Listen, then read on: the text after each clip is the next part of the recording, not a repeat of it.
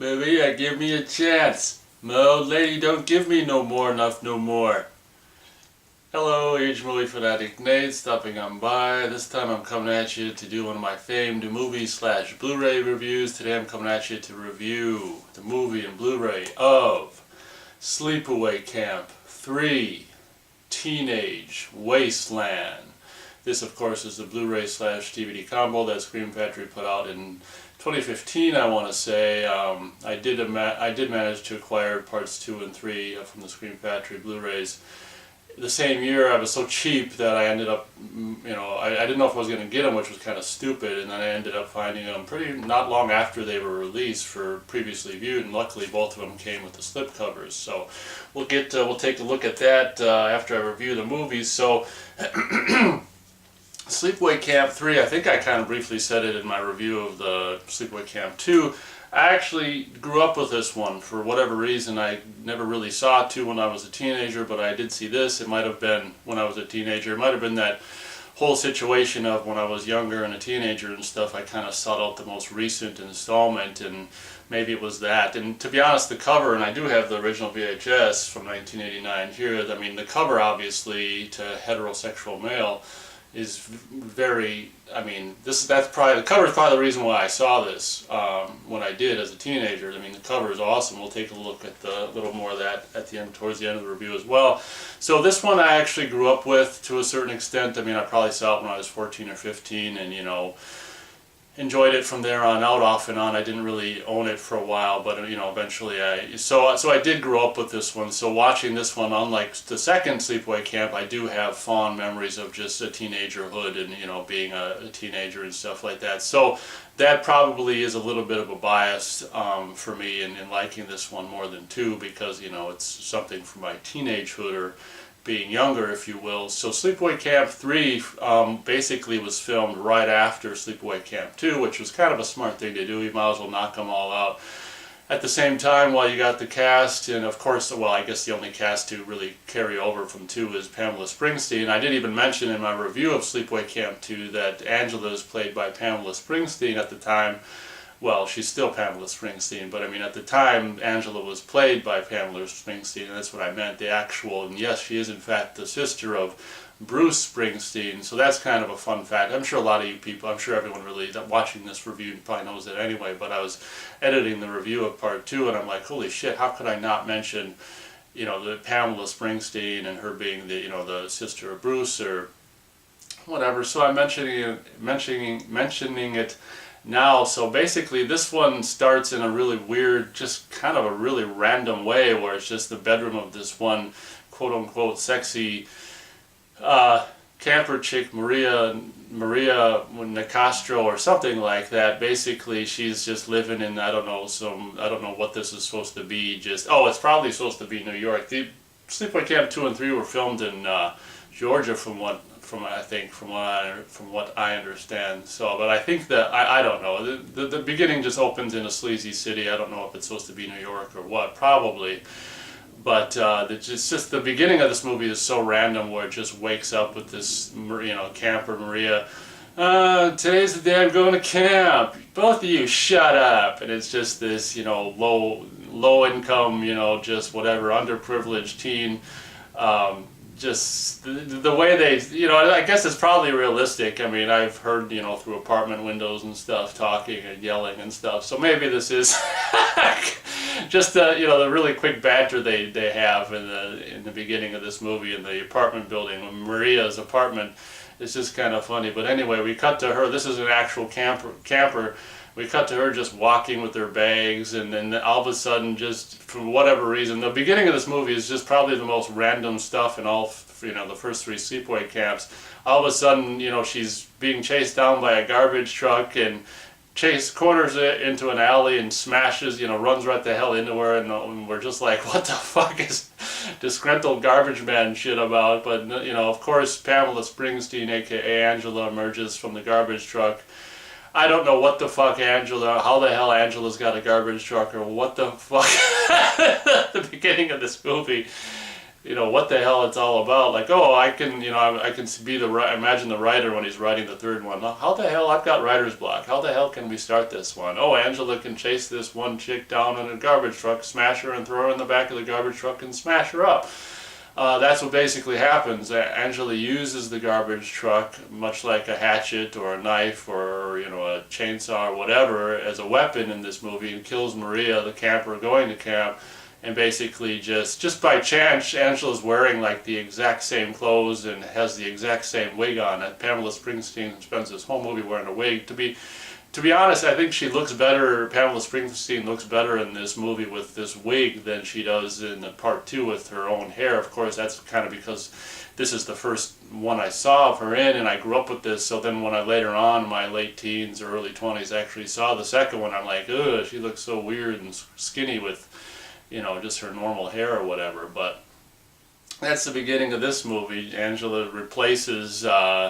you think after the events of part 2 she just want to stay away from camp, but Angela replaces Maria and takes the old bus, the old bus of all the underprivileged campers to Camp New Horizons in this installment, and thus begins the very abbreviated, just like the second movie, opening credit scene with a really cool kind of a rock song. Or metal song. What's so weird about the 2 and 3, and they both have a scene in them where they're kind of just deliberately trying to extend the running time. Like if you would have had a longer opening credits, that would have helped too. It would have been kind of cool to actually just have the entire metal songs of part 2 and 3 in the opening credits play out in their entirety.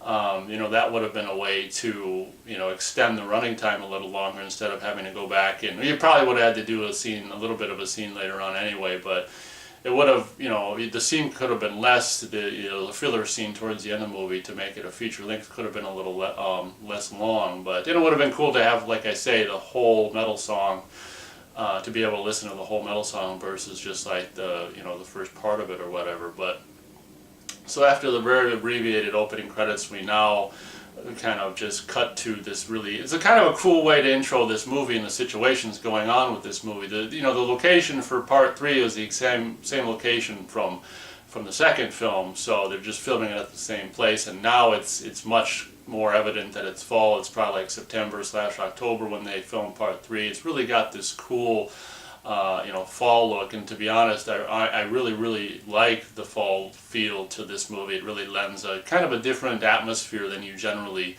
tend to find in these summer camp horror movies, because generally, they obviously take place more around the summertime. So using this kind of cool method of this news reporter interviewing the characters in this movie, we kind of get a really cool way of a layout and a story, basically explaining what this movie's about or what's happening in the movie. Basically, this Herman and Lily Miranda.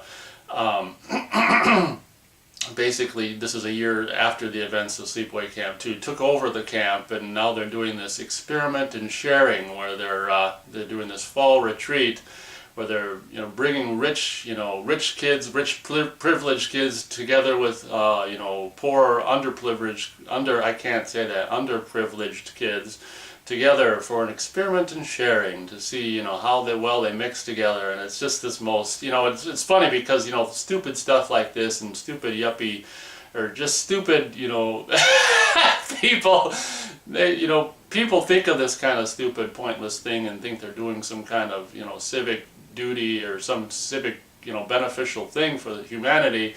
So it's actually realistic, this kind of idea that this Herman and Lily is doing this stupid. Of course, Herman probably doesn't really give a shit. He just wants all the money that's being, apparently $5,000 per camper to do this, experiment in sharing. It's kind of a waste of money, especially in 88 or 89, whenever this movie was filmed/came out. But that's the premise of this movie. So using the reporter woman, we kind of get to introduce all the characters that way, and it's kind of a really quick quick way to introduce all the characters and stuff. And don't let me forget to mention, not like I ever could, because she's pretty much the best thing about this movie, don't let me forget to mention the character of Jan Hernandez, which as a teenager, and having rewatched this recently, even still now as an older ager, I mean, she just really just lights my fire, if you know what I mean. So the character of Jan Hernandez in this movie is basically the sexy chick in this movie. Of course, there's more than one sexy chick. This Asian chick from the original Night of the Demons also is in this, and shows her boobies as well as Jan Hernandez's character. So that's really enjoyable moments. So, you know, I actually, you know, having rewatched this one and kind of for the, you know, every time I watch 2, I have this, I don't know, different idea of what part 2 is like, and then rewatching part 2 recently, I was just like, oh, that's what part 2 is. But actually, I had a really good time revisiting Sleepaway Camp 3. It's really, you know, like I say, just brings me back to my teen years and just being a, you know, no worries or no cares in the world, and just being a teenager and just enjoying the eye candy, the female eye candy in this movie. And just in particular, just in the, even as a teenager, I really liked the setting and the fall setting and the outdoorsy setting to this movie. So, you know, revisiting this movie was a lot of fun. So just like the character of Uncle John, played by, okay, so I forgot the guy who played him's name. You know, the Uncle John guy from the second movie, the guy who's been in a lot of James Bond movies. This movie's kind of star, you know, not really a star, but more of a, I don't know, accomplished actor, is even kind of a more goofy. You know, watching the second one, you're like, gosh, how could anyone, you know, how could they get anyone more goofy and kind of just, I don't know, random as that guy. Well, part 3 gets Michael J. Pollard of, you know, Bonnie and Clyde and Roxanne fame, and actually he had a little bit part in Dick Tracy the year after this as well, the Warren Beatty movie. So so this movie, in addition to Tracy Griffith, who I want to say is Melanie Griffith's sister, just like, you know, having a sibling of a famous person in the second one with, you know, whatever her name is, Renee Estevez or whatever the hell her name is. We've got possibly, I'm pretty sure this is Melanie Griffith's sister, Tracy Griffith, along, you know, her along with Michael J. Pollard is kind of the big star power of this movie, if you will. And Michael J. Pollard is just so fun and just such a goofy ass character, and it's just, I don't know, it'd be so great to just see all kinds of behind the scenes footage with just Michael, just outtakes, you know, different takes of scenes, and the guy seems just so random, like kind of you just have to roll and kind of, you know, what you get is what you get with him. I mean, it just seems like every take with Michael would be completely different, and I don't know, that guy just, to be honest, I mean, that guy just kind of, along with Jan Hernandez, you know, the characters in this movie and the performers are really kind of fun. Then you got Riff, the black guy Riff from Detroit, and Tony, the Tony guy, and a lot of the characters I like in this movie, you know, a little, considerably more than the characters in the second one. I just, for whatever reason, like I say, could be having grown up with it or whatever, I really like the characters in this movie, in the setting. And, you know, before they embark on the camp out for this movie is basically where they, what I like about this movie is it doesn't really take place at the camp. For whatever reason, they take a different turn with this movie, and they have it be a camp out movie, which is really, really, really cool. And I really like that, because basically the majority of the movies outdoors, whether it's nighttime or daytime in the fall woodsy environments, they basically split all the campers up into 3 groups, and, you know, with a kind of a, you know,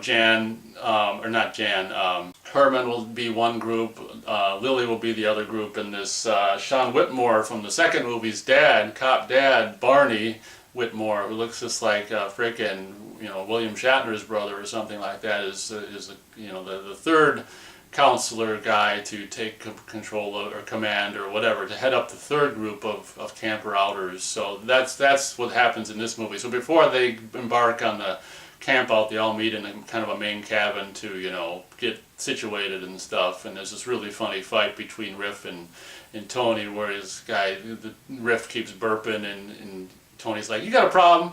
And Riff is the famous line, "Suck my dick, Spick," which is just so funny. And Tony's like, "Motherfucker," and they go and just start fighting. Of course, the underprivileged kids are going to get in a scuffle before they even start camping. It's kind of realistic, actually, but I love Riff's frickin' just generic ass hip hop tapes that they just have, you know, just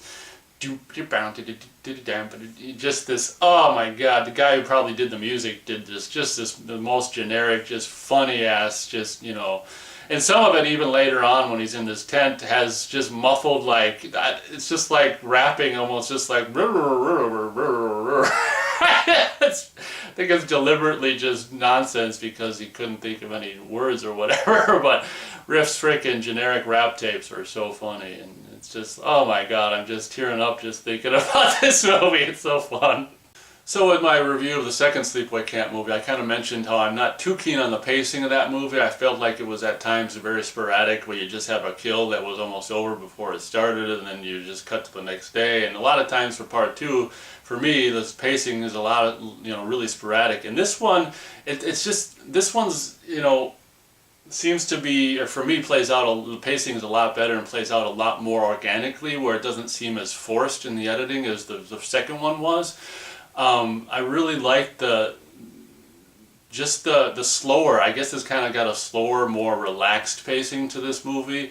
And just the idea, conceptually, of having these, all these kids, separated into 3 separate groups and just going out and camping in the woods is just so simple and just so great. And the premise of this movie, basically, of course, I didn't mention that, well, I kind of briefly mentioned it, of course, Angela having replaced Maria Nicastro, the camper who she killed and threw in the garbage truck. Now she's Angela again, just like the first movie, is a camper again, which I like Angela as a camper in 3 a lot more than her as being a counselor in 2 for me. And her in 2 is just, I don't know, having her be a counselor just never really worked for me, and I like her much more as a camper because she seems much more, when she's not like a quote-unquote authority figure, she's much more at the whims of the situations and the authorities that are above her as a camper in the third one. So it's much more of a kind of a fun situation. So what I was getting at is, what's really clever about the writing of this movie is Angela, of course, is paired up in one of the 3 groups. So over time, over the course of the movie or whatever, she'll kill everyone in that group and then just skip over to the next group and say, or maybe not kill everyone, but then bring, I don't know, we'll just say, she'll skip over to the next group and say, oh, they wanted me in this group, or come to a group and say, oh, they want to trade them for them or whatever, and then she'll go kill them, and then, having said that, she actually traded places when in fact she killed them, and so she'll go from group to group, and then she'll kill the second group, and then she'll go to the first group, and so as the movie progresses, she's like killing everyone in the groups, and just in joining the next group. So that's just kind of a fun little gimmick or scenario for this movie.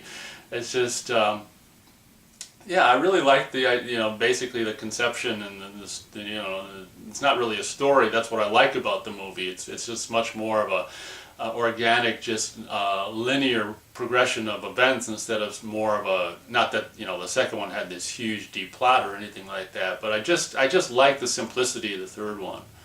And just like the second entry, I mean, for me, the kills aren't necessarily anything to really write home about or get crazy excited about. Of course, a lot of that is probably partially due to the ratings board. And what I don't understand about movies that are like this, like Sleepaway Camp 2 and 3, that are basically made to go direct to video, is why they even bother getting a rating. That makes no sense to me. Why not just put the movie out unrated? It's going straight to video anyway. It's not playing in theaters. So I've never really understood this. There's probably some stupid bureaucratic bullshit reason why even movies, some of these movies going straight to video back in the day had to have an R rating. But I mean, it just seems like it's such a stupid thing to do if you're going direct to video to actually show it to the ratings board to even get a rating.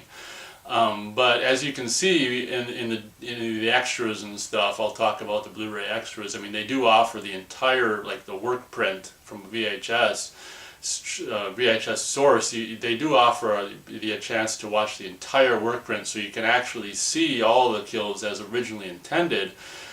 So granted, the lameness of the kills in part 2 and 3 was probably due also to editing for whatever reason they felt they had to get an R rating to go straight to video. I don't know why. But, so the kills as they are in the finished movie are really nothing to write home about, unfortunately. I mean, just, whatever. I mean, it's not a huge budget, and they don't have Tom Savini or anything. But one of the, one of the kills that stands out for me, of course, is this other guy, this other black guy who's more of a rich kid or privileged kid who torments characters with firecrackers and stuff. Angela, when they're sleeping out at night, crawls out of her tent and puts a firecracker in the nose of this black guy and just blows his, basically his face just. And that was a funny kill because she lights the thing and we see the guy sleeping next to him slowly as the fuse is going down, slowly turn over and then kind of look at him just in time to see it explode, which was really funny. So I mean, there are some funny kills, and including when she kills like 3 people, she puts them in this one tent and lights the whole thing on fire. And I think her reaction on camera to the big explosion of flames was actually real. Like, I don't think she expected that to happen. So in this movie, I mentioned the character, of course, of Jan Hernandez, which is just the absolutely gorgeous freaking female eye candy in this movie. So just like they didn't do it in the second one, I don't think, but just like the original Sleepaway Camp with, whatever her name was, Meg having interest in Mel or whatever, in this movie, like the sexiest camper, Jan Hernandez, they have her like, I don't know, gonna sleep with Herman just so she can get out of eating fish. She'd probably be better off eating fish. But from what I understand of the way this movie plays is, she's basically like gonna put out or just screw Herman so she can get out of eating fish, which, what the hell what's she gonna eat then? Or should I say, what else is she gonna eat to get out of eating fish? But so in this really ridiculous scene, and probably one of the most awkward sex, or it's not really a sex scene, one of the most awkward foreplay scenes in movie history. Michael J. Pollard and this really hot chick who plays Jan Hernandez are together in the tent doing some foreplay, and oh my God, it's just the most, it's hard to kind of, as much as it's easy to watch Jan, being topless and just in nothing but underwear, it's hard to watch just her actual on-screen, real reactions to this older guy in his 40s or however old Michael was when he did this scene. Just goofy-ass guy, like putting his mouth down towards her privates and actually sucking on her nipple, and oh my God, and just her trying to clearly avoid like kissing him on the lips, and so you can see her disgusted actual face in the scene, and it's just like, oh my God. So this movie does have one of the most awkward, kind of sexual foreplay scenes in movie history, from what I can remember seeing anyway. So, oh my gosh, it's a combination of like seeing this really hot chick and then being, enjoying that, and then also, being kind of put off by her being put off, and it's just such a weird scene, man. So in addition to, one of my favorite kills in the movie is of course the firecracker and the nose kill, and then later on she'll take this, this uppity frickin', what the hell you call it, just a snobby rich bitch. She'll do this trust, that's another thing in the movie, they do these stupid trust games where it's kind of like they blindfold someone and take them for a walk or whatever. So Angela, upon it being her turn to take this rich bitch for a walk, she'll blindfold her and take her to this flagpole and basically hoist her up, which is kind of not realistic without an actual pulley system. I mean, Angela probably weighs less than this character she ropes up onto the flagpole. You need an actual kind of pulley system to actually do this, but it's a dumb horror movie, straight to video, whatever. So Angela basically hoists this rich bitch up on a flagpole all the way and then just lets her go. And this is one of the scenes that if you watch the work print, that is, I think you could see the extended death scenes in the DVD that came out as well, but in this release of the Blu-ray you can actually see the entire movie, the entire work print versus just the kills. But so this death where she comes, basically head first from the top of the flagpole down to the ground is much more gory, where they had, I don't know if they had actual cow brains or possibly cow brains or something.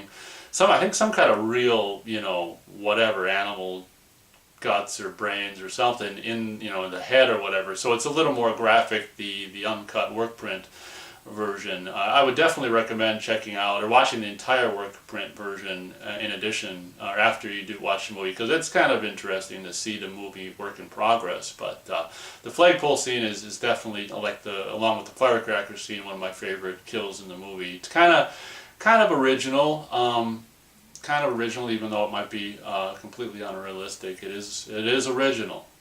So I mentioned in my review of part 2 them just doing this kind of nightmare that Angela's having with some just revisiting the kills that had already taken place in that movie as a scene that basically that's just blatantly there to increase the running time to make the the required feature-length running time. Well, this movie has, from what I it kind of looks like the same kind of thing, but I think it's a better scene.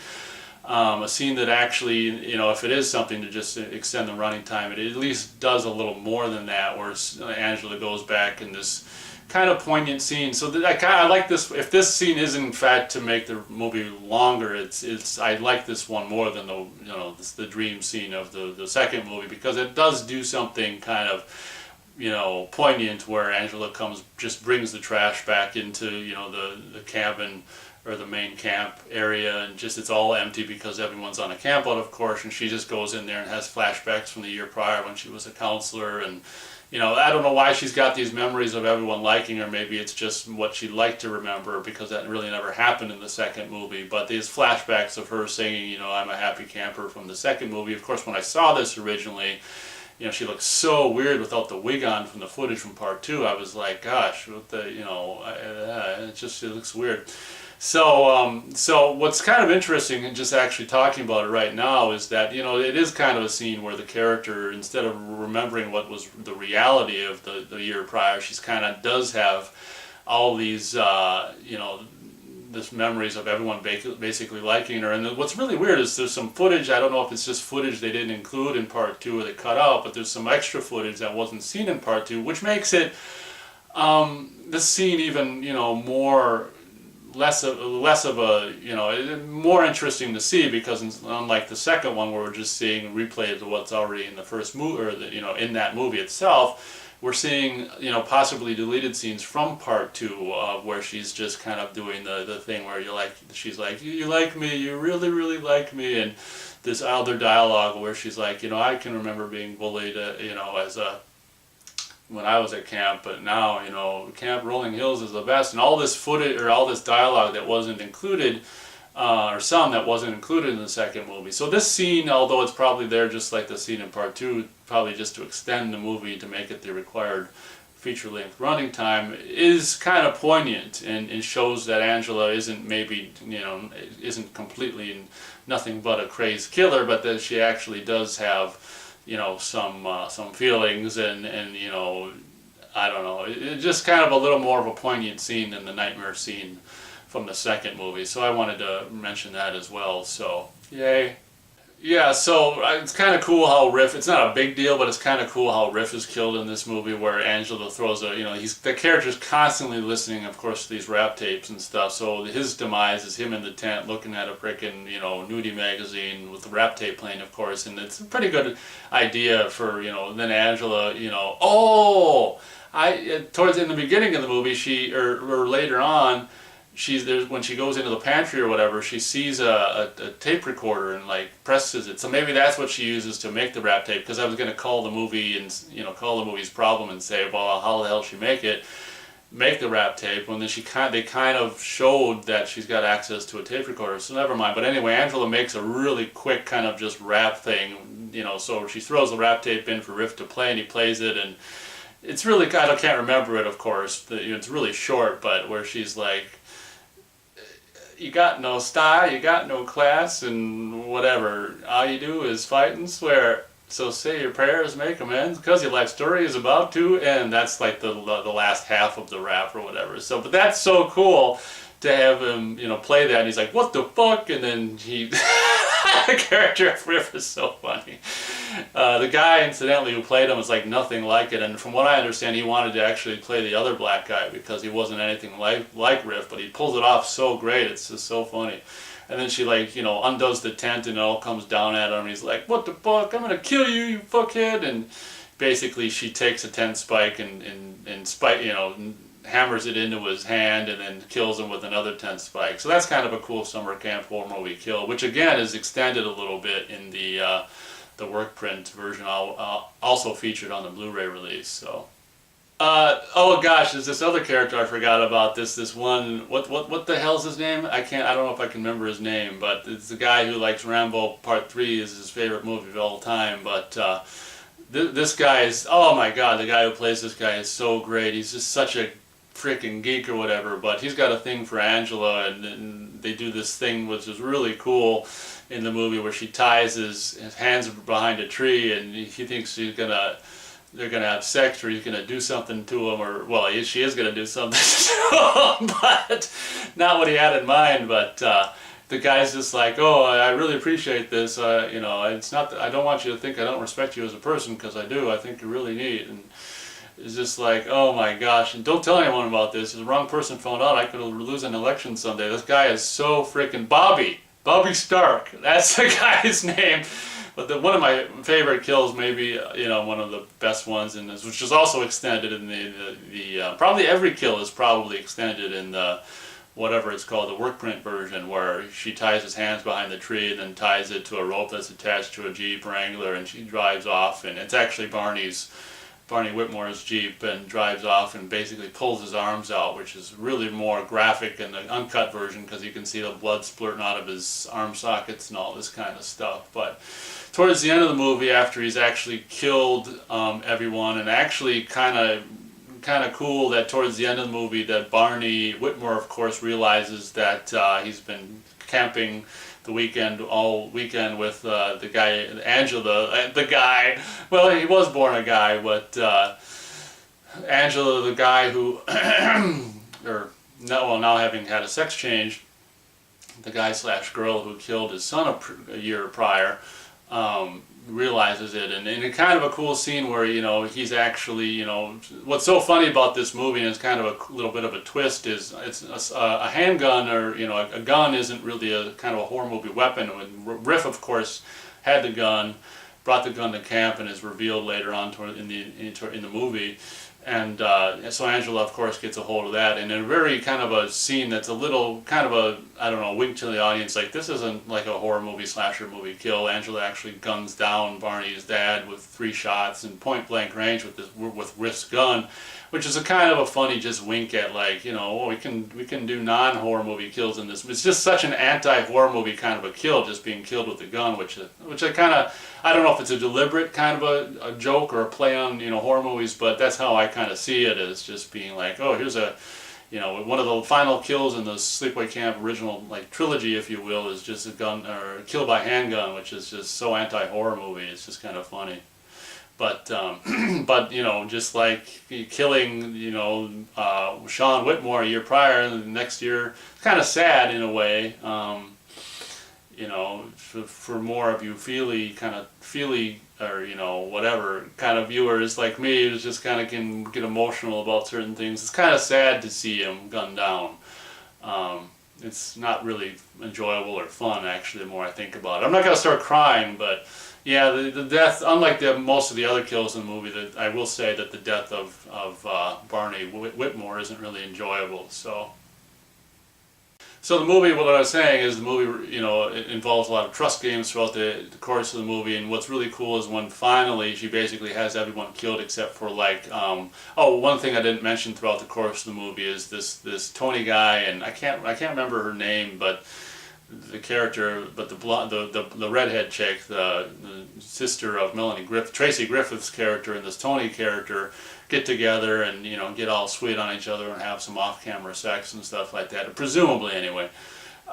So those two, that couple combined with this black girl, are the last 3 to live towards the end of the movie. So after Barney's dead, what I really like about the third movie is that Angela has them play this kind of a game where they're all tied together and go from cabin to cabin full of all these dead bodies. It's a little bit of a play on the end of the second movie, where the dead bodies were all kept in this one cabin away from the camp, where this one's more refined, and it's kind of like just like with the scene in Sleepaway Camp 2, kind of like a haunted house,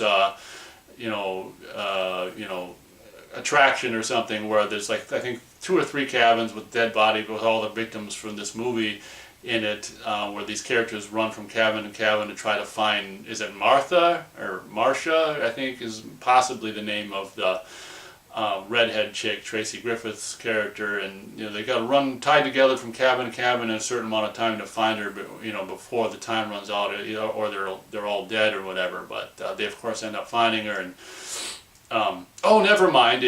Oh, she okay. So it's this Asian guy, and then Tony in the middle, and the black chick on the other side. Because when they go in and find her, these hatchets come down from the ceiling and chop both, which is just kind of ridiculous. But whatever, you go with it. Chop the Asian guy and the black chick on either side of Tony, and Tony's left living and right in front of his redheaded squeeze or whatever. So they live happily ever after in for a moment. And it's basically weird because Angela's kind of like, oh, okay, well, I think you guys make a cute couple, so all right, bye. And it looks like, for all intents and purposes, Angela's just going to actually drive away in Barney's Jeep. But of course, Tracy Griffith's character comes running out of the. So it looks like Angela was actually going to let him live, which was kind of funny. But then, of course, Tracy Griffith's character comes running out with an axe or a hatchet or something and attacks Angela and, mortally wounds Angela. And I can imagine a lot of Sleepaway Camp fans, towards the end of this movie, was just like, oh my God, Angela's stabbed many times in the stomach and stuff. And what ends up happening is really funny. It's a really kind of interesting, really quick throwaway plot point, which is really, usually the guy and girl live happily ever after. What I like what the writer does at the end of this movie is push in on the police car. They're back in the police car. This Tony and we'll just say Martha, whatever the hell her name is, the redhead chick. And this guy's gushing about, oh, I love you so much, babe. We're gonna, get together and get married and get a house and have kids. And then she's like, and at the end of his big lovey-dovey spiel, she's like, I kind of already have a boyfriend. And he's like, oh. And she's like, you can come visit me. And he's like, yeah, I could do that. And just completely ruined the moment. And that's the last scene with these two. That is so freaking funny. I love that detail in the movie. And then we cut to, the ambulance where the guys have rushing Angela to the frickin', whatever hospital, and they're like, let's just kill her. She's killed so many people. Let's just kill her. No one will ever know. And it's like, it wouldn't be difficult. And they're all deciding whether or not to kill Angela or not instead of saving her. And then Angela, of course, attacks the, guys in the back. And then the driver's like, hey, what's going on back there? And she's like, just taking care of business. And then cut to black, metal music, and that's the end. That's how the what I would regard as the Sleepaway Camp trilogy ends. And so there you go. It's 80 minutes of just WTF, just kind of summer camp horror movie, fall season fun. So I would actually give, talking about this and having fun talking about it and stuff is sure as hell not a 3-star movie, but just it's so much fun for me and just brings me back to teen years of my life and stuff. So I'm going to give Sleepaway Camp 3 Teenage Wasteland the 3 stars out of 4 stars. It's just, for me, it's a hoot. It's just, I don't know, it's low budget horror movie fun, and what can you say? You gotta love it. So now on to my review of the Blu-ray put out by Scream/Shout Factory Blu-ray DVD combo of Sleepaway Camp 3, sporting just like the first 2 releases on newly commissioned artwork, which is I guess it serves a purpose, or it's a different artwork than we've never seen before. But just like so many releases, you have the option for this cover art or the original artwork, which of course I've got facing out because I like this more. Since I bought this previously viewed, unfortunately, on the other cover side, this is the barcode, and unfortunately they it probably is where the barcode is. I would imagine it looks like they punched out the barcode there. So unfortunately, on my freaking reversible art cover, I've got these holes punched out there. But whatever. If it still does the trick, but I'm really glad that, of course, they preserved this original artwork, which of course is what was on the original VHS. And just very briefly, I'll show you this spine, and put out by, just like the second movie, Nelson Entertainment. But here's the back of the original VHS tape. It's cool how the pictures are like, I don't know if they're supposed to look like Polaroids or photos from camp, possibly. Like, here's my summer experience, but that's the original VHS from Nelson Entertainment, 1989. So luckily we have the option for that kind of artwork here. And let me take a really quick look-see. It looks like, yeah, the back artwork is the same. The only difference is the pictures are on this particular artwork are surrounded by kind of yellowish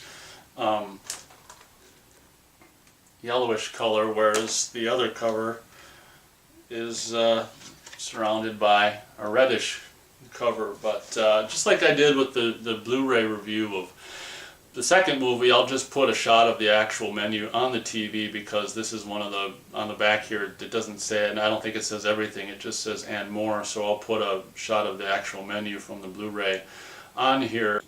This of course includes A Tale of Two Sequels Part 2. The Part 1 is featured on the Blu-ray, of course, of the second movie. It says deleted gore footage. Well, what that is it's the cut from the the kills from the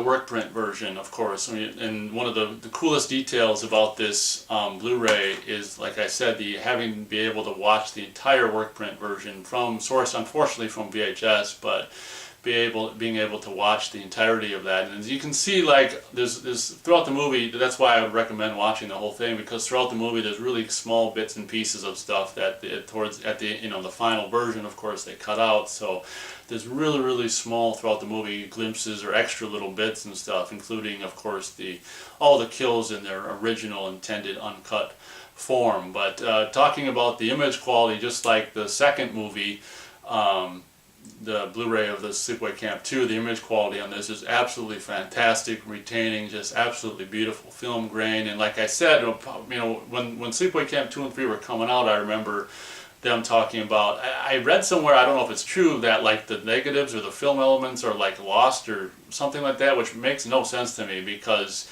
they had to have been not lost relatively, not long ago, because these masters that were used for the Blu-rays of Part 2 and 3 look really good, so they couldn't have been mastered that long ago. But as these releases back in the day of 2015 were approaching, I remember reading somewhere that they're older masters, and because the footage of the negatives were lost, which, as I said, makes no sense. How would this stuff get lost or whatever? But if that is indeed the case, we're very lucky that they had a chance, very lucky that they had a chance to do these, what I regard as, for Part 2 and 3, really nice transfers before that happened. If that indeed did happen, we can rest assured that the Blu-ray presentations of Sleepaway Camp 2, and of course in this case 3, are very very good, and definitely the best this movie has ever looked, and probably, well, especially if the negative or whatever is lost, probably the best this movie will ever look. It's absolutely just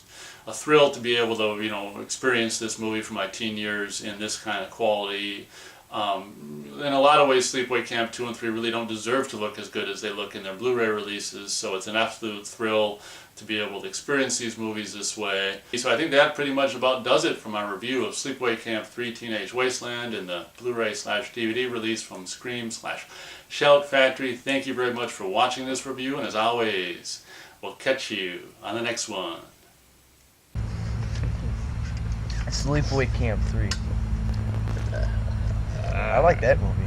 It's good. I mean, it really portrays what it really is like at a camp. I mean, Keith and Roy, partial to camps. We love camps, don't we? Yeah. And it's awesome the way, they camp out. I mean, it's so realistic. Like, it depicts what it's exactly like. You hear stories that they camp, except this story happens to be true for these guys. They hear a story about Angela. No. Well, they call her Angel. Angel? Yeah. On the first one? No. Yeah, they did. Remember on the wall on Part 3? It's Angela. Is it? Oh, well. It's not Angel. Anyways, though, it really depicts a good camping background. Mm-hmm. And what's that guy's name? The white-haired guy? Herman. Herman gets lucky in that one. I know. What is this? But anyway. Just the way everything is, it's awesome though. Like,